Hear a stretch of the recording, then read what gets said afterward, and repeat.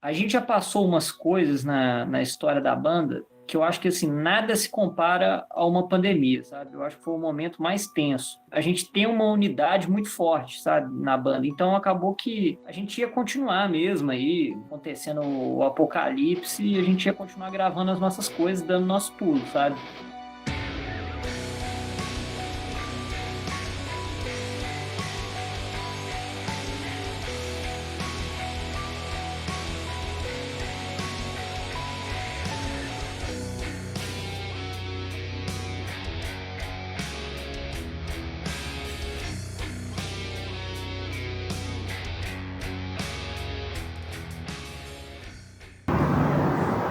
Então, a gente é a Perfect Hill.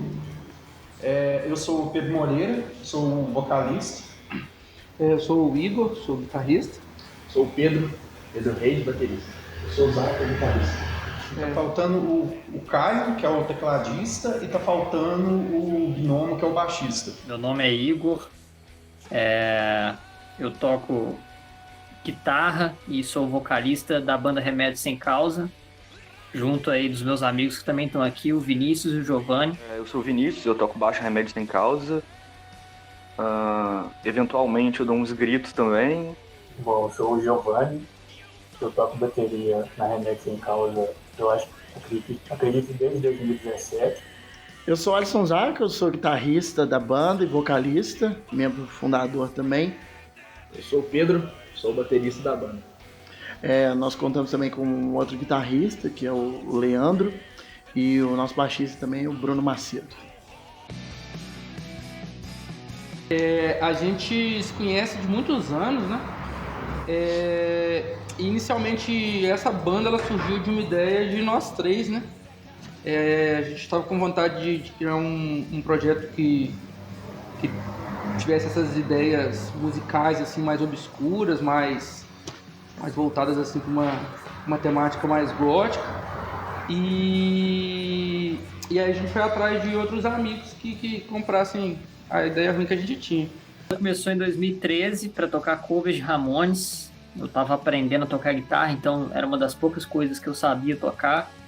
E a gente tocava punk, tocava uns outros clássicos do rock, tipo Black Sabbath também, que acaba sendo uma influência até hoje pra gente. E aí, depois de um tempo, o Vinícius entrou na banda no final de 2013, reforçando a ideia que depois de um tempo começar a compor música, né? E até pela nossa limitação técnica na época, era ainda mais fácil tocar nossa música punk. O Giovanni entrou já em 2017. Com ele a gente gravou todos os singles subsequentes aí, Cinema Japonês, Embate, Baritmia, e esse disco inteiro, todas as 11 faixas já foram com o Giovanni, né? Ele tá com a gente aí uns 5 anos já. O começo da banda foi em 2016. Eu tinha saído de uma outra banda que eu tocava, uma banda de grunge na época. E há muito tempo eu queria ter uma banda de heavy metal. E eu fiquei assim, em torno de uns 4, 5 meses pensando em quem que eu ia chamar pra banda e tal. Porque tinha que ser os caras certos, sabe? Porque senão não ia funcionar. Então, no final de 2016, aí foi quando eu consegui conversar com o Leandro e com o Bruno, e eles estão comigo desde a formação da banda. A gente já trocou de baterista algumas vezes, mas o Pedrinho é o nosso eterno baterista, assim. Sempre que tinha um problema com os outros bateristas, e ele que tocava, ele que vinha. Ele chegou a tocar um tempo na banda e depois eles saíam. E agora, recentemente, ele retornou para o time. A cena underground de São João é muito boa. Eu acho que pelo fato de a gente ter o conservatório, ele faz com que pessoas venham estudar aqui, não só o conservatório, mas também a universidade, né? O pessoal vem de fora estudar, junta com o pessoal daqui que também estuda ou não e tal, que se conhece à noite. Porque aqui é uma cidade boêmia, né? Aqui tem muito bar, a noite em São João del Rei é muito legal. Então a galera se conhece, acaba formando banda. O próprio pessoal que já tem banda, às vezes tem uma ideia, fala, vamos montar fazer um show tributo ao Arctic Monkeys e o Metallica, e aí o pessoal junta Foi. Isso aconteceu de verdade, né? Então o pessoal junta, monta outras bandas, aí com isso surgem projetos. Então a cena ela é muito viva, muito rica aqui. E a gente meio que tem o nosso rolê, aí as outras pessoas têm os delas e meio que cada um faz seu corre, que já é muito sofrido, né? Mas assim, a gente tenta ajudar o que dá, quem é mais próximo, né? A região aqui toda, assim, ela compra muito essa ideia das bandas locais. E, tipo, eu morei um tempo no Rio, morei um tempo em São Paulo, e eu não via esse movimento acontecer dessa forma lá, apesar de serem grandes capitais, né? Esse movimento não acontece dessa forma. Eu acho que no Brasil todo assim existe essa coisa de sempre dar mais valor para uma banda que vem de fora, para uma banda que já é grande, mas aqui a gente consegue bastante espaço. E eu acho que uma coisa importante ser dita também é que, tipo assim, underground e mainstream, né? O sonho de todo mundo que tá no underground é um dia estar no mainstream, né? Chegar no nível de um Metallica, Iron Maiden, uma Beyoncé, né? Um Michael Jackson. Verdade. Todo mundo quer. Quem fala que não tá mentindo, né? Quem tá no meio da música tá mentindo. Mas o meio do mainstream é um meio muito fechado, assim. Então a gente tem que bater palma para quem consegue entrar. Então, como a gente é do underground, a gente tenta sempre fazer o melhor possível. Então é um sonho, mas a gente não vive esse sonho, a gente vive o que a gente faz. Essa é a diferença. A princípio, todos nós aqui da banda, nós estávamos muito imersos na cultura do isolamento, cara. A gente foi muito favorável à quarentena, ao lockdown, quando preciso fosse, né? Então, a gente meio que, óbvio, fica triste de não ter que tocar, mas eu acho que essa pandemia te força a pensar pelo lado racional algumas vezes. E o lado racional naquele momento era apoiar realmente que os bares fechassem naquele momento. A gente só não esperava que, por uma completa desestruturação do Brasil, né, desses desmandos que houveram ao longo da pandemia, que o setor da cultura fosse ser tão destruído assim. A gente falou, eu não vou mais tocar, entendeu? Foi basicamente isso. O que a gente vai fazer? A gente ia lançar o CD, inclusive, né? A gente tava pra lançar o CD. Caminho, o disco ali caminhando e a gente falou, pô, não vai dar pra fazer isso. Depois da chegada da pandemia, foi complicado para nós, que a gente vinha numa constante assim, com a banda. A gente tinha lançado o nosso primeiro disco e estava sendo bem aceito, assim, a gente apareceu em vários sites, né? E assim, a expectativa era muito grande, porque a gente lançou o disco em 2019. E aí, pô, agora a coisa vai rolar, a coisa vai acontecer. 2020. Fazendo show, onde a gente tava tocando, tava lotado e tal. E aí, de repente, teve que fechar tudo. Então, o que passou pela cabeça? A banda vai acabar, a gente não vai ter onde tocar. Passou pela cabeça que a gente tinha que fazer material, porque se a gente não tocasse, a banda com certeza iria acabar. Então, assim, foi um misto de confusões. Quando a gente viu, por exemplo, o Grooves, que era um lugar que a gente adorava tocar, fechando as portas de maneira definitiva e não temporariamente, que nem a gente defendia, assim, a gente ficou muito triste, cara. Assim que baixou o decreto aqui de fechar os lugares, fechar a quarentena, eu tinha um show ainda marcado numa quinta-feira, que aí foi acho que um dia antes deu isso de fechar tudo. E a gente tinha essa ideia mesmo, né, de que vamos ficar só umas 2 semanas todo mundo em casa, tá de boa, 2 meses, e só foi se prolongando com o tempo. Mas espero que daqui uns anos, né, quando as pessoas olharem para trás nesse período, elas não relacionem, como alguns setores querem criar essa narrativa, de que os responsáveis por essa quebra de negócios foram quem defendeu o isolamento, a quarentena, o lockdown, ou os governantes que propuseram essas medidas. Na verdade, os bares fecharam realmente pela imposição da pandemia, que foi muito duradoura aqui no Brasil. E isso está vinculado a realmente não saber administrar, não ter uma boa gestão sobre a pandemia. E a falta de apoio, cara. A principal dificuldade que a gente teve foi justamente se encontrar, né? Porque todo mundo da banda, assim, tava num período de se cuidar, né? E aí, pô, a gente fica com medo, né? De passar a doença pros nossos pais, de pegar a doença também, que a gente não é imune a ela. Então, a princípio foi difícil, mas aí a gente foi conversando. Eu também, assim, honestamente, eu tive muita garra de querer fazer as coisas acontecerem. Então, às vezes o Bruno podia ir lá na minha casa gravar o baixo, aí eu ia lá e gravava o baixo. Eu acho que a gente correu atrás para que a coisa acontecesse, aí eu mandava para eles, o que vocês acharam aí? Eles falaram, ficou legal pra caramba, pode manter, gostei da linha do baixo. A gravação do CD, né, no estúdio, tipo assim, todo mundo tava preso em casa, era bem naquele período assim onde a gente ia no mercado e passava álcool em tudo e ficava com medo de todo mundo, e ninguém se olhava na rua e tipo... e aí a gente falou, pô, vamos começar a gravar, velho, porque a gente precisa produzir. E aí a gente começou a ir pro estúdio, e aí é um por vez, sabe? Tipo, pra ninguém ter contato com ninguém. Das bandas que eu toco, nenhuma parou.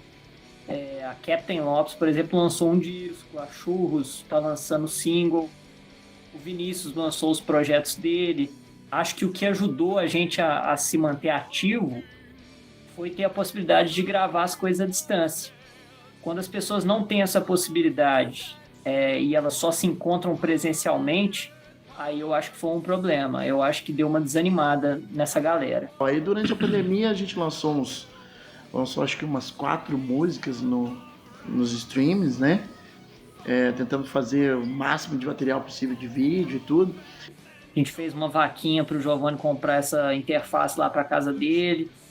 E ele aprendeu a gravar na marra também. A gente não sabia nada, cara. Assim, sabia o básico, que a gente já tinha gravado algumas vezes. A gente já sabia que a gente tinha um disco para lançar. Depois que o Giovanni descolou a interface, aí a gente teve certeza que ia dar para fazer e teria que ser na pandemia, não ia ter jeito. Eu ficava um pouquinho meio triste quando tinha que gravar sozinho, porque você tá tocando ali, ouvindo a faixa que tá no computador, olhando pra parede, aí você faz uma coisa, você não sabe se ficou tão bom assim quanto você pensa, não tem ninguém pra te falar assim, não, faz desse jeito, dá algum toque, aí foi uma experiência meio solitária também. A gente já sabia já que o negócio ia durar mais de ano pra passar e a solução era lançar o disco e não tocar ele ao vivo. A gente acabou de lançar o disco, então assim, a gente escolheu uma música que a gente teve ideia de clipe, né, e falamos assim, pô, vamos postar nisso daqui. Aí juntamos com o Gabriel, né, que filmou pra gente, mais a galera, a equipe por trás da banda, e gravamos o clipe lá na Sonora. Foi massa, foi um dia assim, muito aprendizado pra gente, né, o primeiro clipe.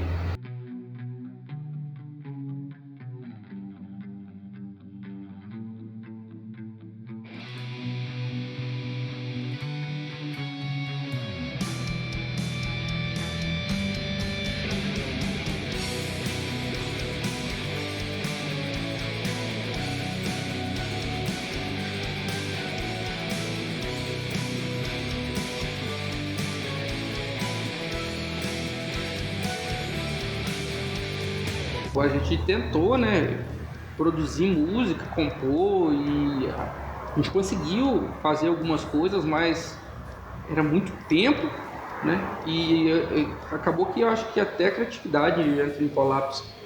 Então, tipo, chegou uma hora que a gente já não conseguia produzir mais nada. Então, tipo assim, tava tenso para todo mundo, mas para quem depende de estar bem mentalmente, para produzir uma arte, produzir uma música, escrever, é muito pior. O que eu acho assim que foi massa foi o Rock'n'Roll, né? Tipo assim, foi até surpreendente pra gente receber o convite, né, de tocar no Rock'n'Roll, que é um festival que a gente sempre quis tocar, né? Aí eles fizeram online, esse festival online, e a Petrinho foi convidada, né? Assim, a gente investiu um bom tempo nisso.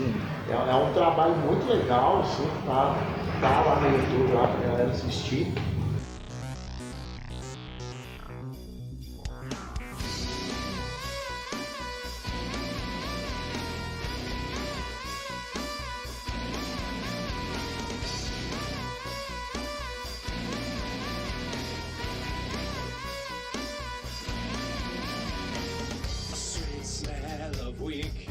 vices, the sodomy of the blackest minds.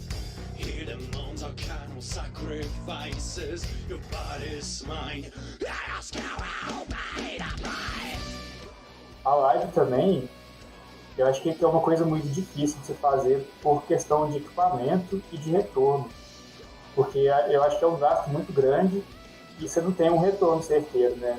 Porque, por exemplo, quando você faz uma live, às vezes você vai colocar lá um Pix para a pessoa fazer a doação que ela quiser.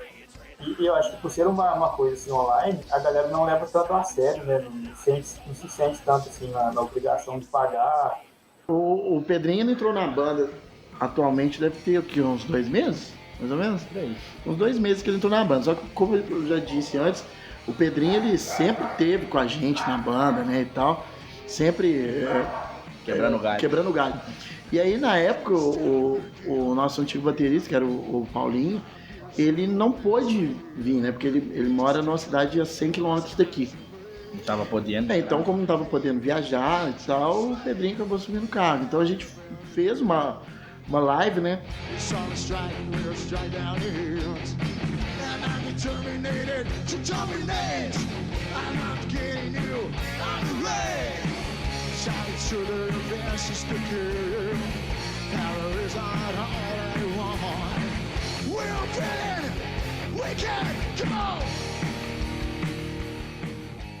Eu estaria também, não como um ponto muito positivo, mas pelo menos olhasse um lado bom, pode ter rolado, mas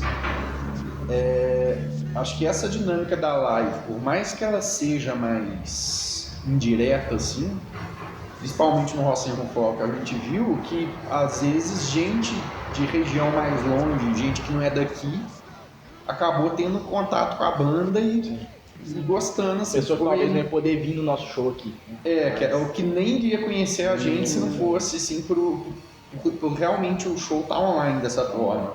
Mas, assim, a live é muito legal porque tá em casa, né, cara? Pra quem tá em casa assistindo, que maravilha. Pra gente que tá tocando, não é uma coisa legal. O músico que fala que gostou de fazer live, ele tá mentindo. Isso é um fato, porque a música, ela vive do calor do público, né?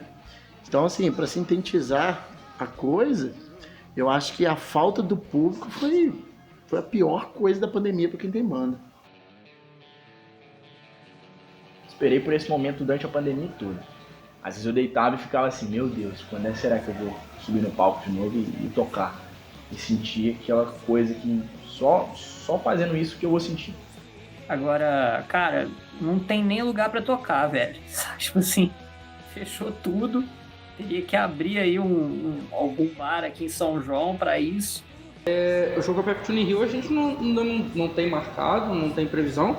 Então, tipo assim, aqui em São João não existe mais algum lugar que possa comportar o nosso show. Então, assim, a gente tem mais esse obstáculo, por enquanto, né? Mas a gente tem mais esse obstáculo aí, né? Que é o obstáculo de não ter onde tocar. E, assim, com o passar do tempo, com a evolução que a banda foi tendo, o nosso show passou a ter um custo mais alto. Então, tipo assim, a gente tem o custo de uma maquiadora, né? Tem o custo de montar o nosso palco, iluminação, toda a equipe da banda que vai junto com a gente, né? Tipo assim, por mais que o pessoal que apoia a banda, porque gosta da banda, a gente tem custos com isso. E tipo, se a gente não tiver um mínimo de remuneração, a gente não consegue arcar com esses custos para o nosso show acontecer. E não é viável para a gente diminuir o nível do nosso show para conseguir tornar ele viável, né? Então a gente fica esperando. A gente se apresentou, né, no evento Matador 26, que foi na sede do Zebus MC. Foi assim, superou as expectativas. Mas deu uma sensação de renascimento. Né? Renascimento. Energia foi a palavra que descreveu. Excesso. Muita energia. Então assim, a gente colocou, pelo menos um pouquinho, pra fora do que a gente ainda tem aqui guardado, que ficou esses 2 anos.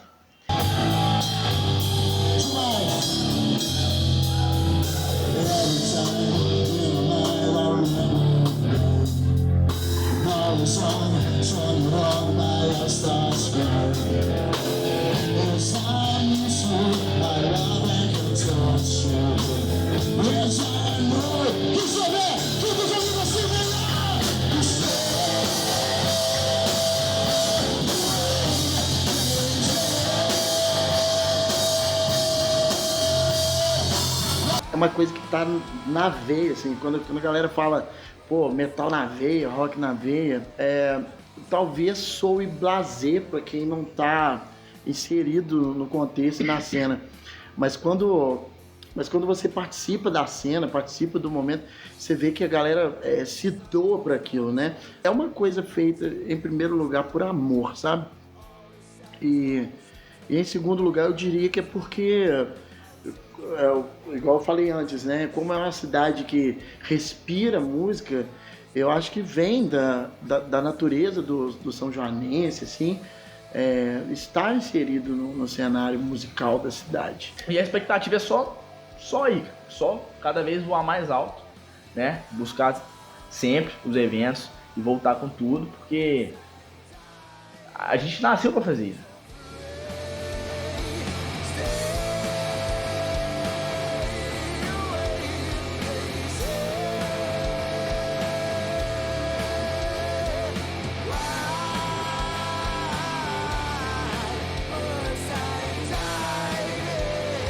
So